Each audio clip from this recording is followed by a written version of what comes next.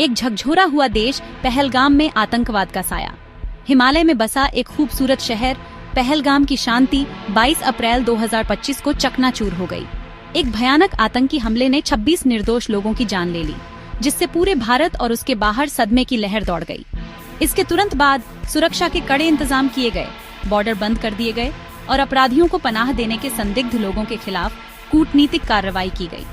इस घटना ने नागरिकों को डर और अनिश्चितता की भावना से जूझने पर मजबूर कर दिया है और मौजूदा सुरक्षा व्यवस्था की प्रभावशीलता पर सवाल उठाए हैं। इस घटना का तात्कालिक हताहतों से परे अनगिनत व्यक्तियों के जीवन पर गहरा प्रभाव पड़ा है। परिवार बिखर गए, समुदाय डर में जी रहे हैं। इस हमले ने इस क्षेत्र के पर्यटन उद्योग को भी झटका दिया है, जिससे लोगों की आजीविका और आर्थिक स्थिरता प्रभावित हुई है। पीड़ितों के लिए न्याय और भविष्य में ऐसी त्रासदियों को रोकने के लिए सुरक्षा उपायों को मजबूत करने की सामूहिक मांग है। आंतरिक संघर्ष का साया, नक्सलवाद और उससे आगे। पहलगाम हमले ने आतंकवाद के खतरे को सबसे आगे ला दिया है, लेकिन भारत कई आंतरिक सुरक्षा चुनौतियों से जूझ रहा है। देश के भीतरी इलाकों में दशकों से चल रहा नक्सली माओवादी विद्रोह एक लगातार चिंता का विषय बना हुआ है। शहरी केंद्र भी हिंसा के खतरे से अछूते नहीं हैं। सोशल मीडिया के उदय ने स्थिति को और जटिल बना दिया है। कट्टरता और चरमपंथी विचारधाराओं के प्रसार के लिए उपजाऊ जमीन प्रदान की है। हिंसा के इन संगठित रूपों के अलावा भारत को सांप्रदायिक हिंसा के छिटपुट प्रकोपों का भी सामना करना पड़ता है, जो अक्सर धार्मिक तनाव या संसाधनों पर विवाद के कारण होते हैं। इन संघर्षों के मूल कारणों का समाधान अंतरधार्मिक संवाद को बढ़ावा देना और त्वरित और निष्पक्ष न्याय सुनिश्चित करना ऐसे प्रकोपों को रोकने के लिए महत्वपूर्ण है। इसके लिए एक बहुआयामी दृष्टिकोण की आवश्यकता है, जिसमें सुरक्षा उपाय, सामाजिक आर्थिक विकास और शिकायतों के निवारण और समावेशिता को बढ़ावा देने के प्रयास शामिल हैं। टूटा हुआ ताना बाना, सामाजिक विभाजन और कला। भारत की आंतरिक सुरक्षा चुनौतियां गहरे सामाजिक विभाजनों से जुड़ी हुई हैं, जो देश को परेशान करते रहते हैं। जाति आधारित भेदभाव, सदियों पुराना अभिशाप, समानता की संवैधानिक गारंटी के बावजूद कायम है। दलितों के खिलाफ हिंसा की घटनाएं, जो अक्सर गहरे पूर्वाग्रहों और शक्ति असंतुलन से उत्पन्न होती हैं, एक शर्मनाक सच्चाई बनी हुई हैं। असमान विकास और हाशिए पर जाने की धारणा से प्रेरित क्षेत्रीय असमानताओं ने भी तनाव और अधिक स्वायत्तता की मांगों को जन्म दिया है। डिजिटल डिवाइड इन मुद्दों को और बढ़ा देता है।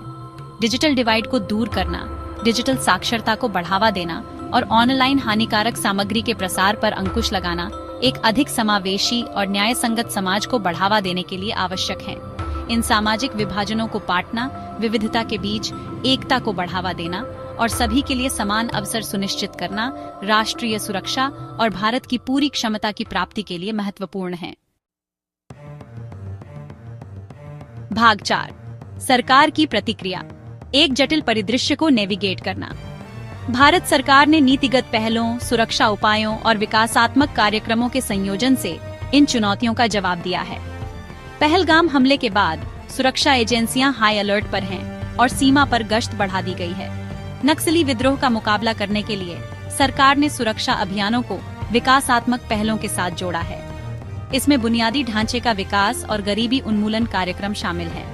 शिक्षा और स्वास्थ्य सेवा तक पहुंच में सुधार के प्रयास भी शामिल हैं। अंतरधार्मिक संवाद को बढ़ावा देने और सहिष्णुता की भावना को बढ़ावा देने के प्रयास भी चल रहे हैं। मानवाधिकारों की चिंताओं के साथ सुरक्षा उपायों को संतुलित करना भी महत्वपूर्ण है और ऑनलाइन चरमपंथी विचारधाराओं का मुकाबला करना भी आवश्यक है।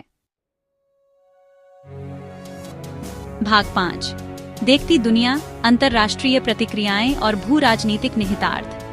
पहलगाम आतंकी हमले की अंतर्राष्ट्रीय समुदाय ने निंदा की। दुनिया के नेताओं ने भारत के साथ एकजुटता व्यक्त की और आतंकवाद के खिलाफ एकजुट मोर्चा बनाने का आह्वान किया। इस घटना ने क्षेत्र की जटिल भू राजनीतिक वास्तविकताओं को भी उजागर किया, जिसमें पड़ोसी देशों के साथ भारत के संबंध जांच के दायरे में आ गए। आतंकवाद का मुकाबला करने, खुफिया जानकारी साझा करने और आतंकी नेटवर्क को ध्वस्त करने में अधिक से अधिक अंतर्राष्ट्रीय सहयोग की आवश्यकता पर बल दिया।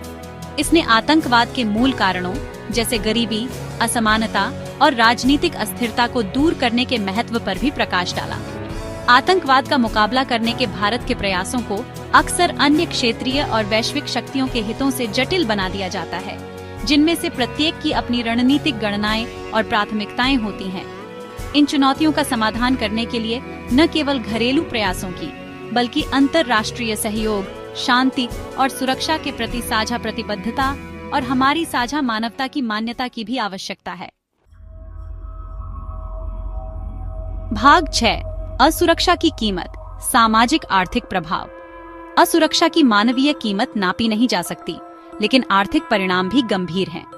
आतंकवादी हमले, विद्रोह और सामाजिक अशांति आर्थिक गतिविधियों को बाधित करते हैं, निवेश को हतोत्साहित करते हैं और विकास में बाधा डालते हैं।